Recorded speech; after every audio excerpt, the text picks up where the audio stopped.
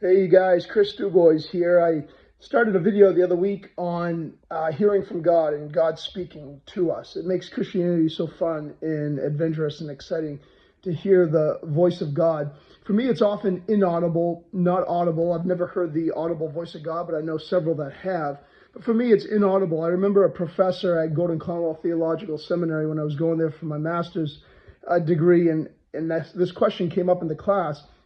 When God spoke in the Bible, was it inaudible or was it audible? And his answer was awesome. He said that it was both, but he thinks the majority of the time it was inaudible. And I agree with him because through my experience, it's always been inaudible in me. So I think we just assume whenever we hear or, people saying that they've heard God speak to them, that it must be inaudible. Or when we read the scriptures, often it's the opposite. We think, well, God spoke to people audible, but I think it was inaudible. It was that still small voice that bear witness in their spirits. That's how it's been for me experientially, at least. And I don't want to base my doctrine on experience, but experience is one indicator that perhaps we are right in our theology. But whether it's audible or inaudible, God spoke to people in the Bible, and he speaks to Christians today. That's never been erased. That's never been done away with. Even though some cessationists out there say that God no longer speaks, he only speaks through his word, they're wrong. They're in error.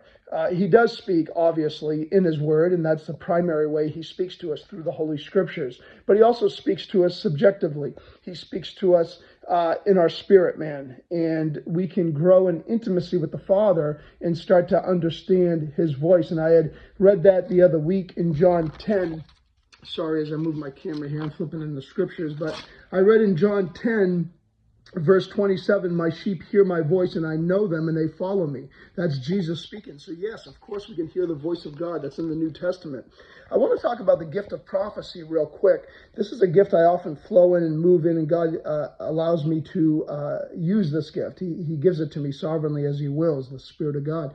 And it's a great gift. 1 Corinthians 12 talks about this gift.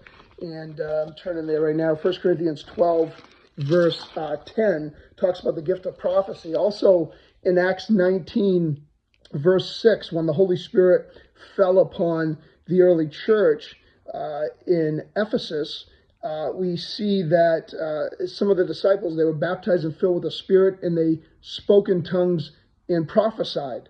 So often when the Spirit of God falls on us, or Jesus baptizes us in the Holy Spirit, not only will we speak in tongues, but sometimes we'll prophesy as well. It's a result of the Holy Spirit coming upon us. So what is the gift of prophecy? The gift of prophecy is when God will speak something to us, and then we communicate it to another. It's that simple. It's not complicated. It's just simply God speaking to us, and then we, with our language, communicating it. This often happens with me when I am praying for people individually. It often happens for me when I'm in services. I'm leading church services as a pastor. The Holy Spirit will come on me, and he will start to speak to me for someone there. And he'll actually highlight the person often. I'll just see the Holy Spirit upon a person, and he will give me words for them. Now, that's different from the word of knowledge. Maybe I'll do another video on the word of knowledge. That's one word the Spirit of God will speak in my spirit for someone or something. But prophecy is more than just a word.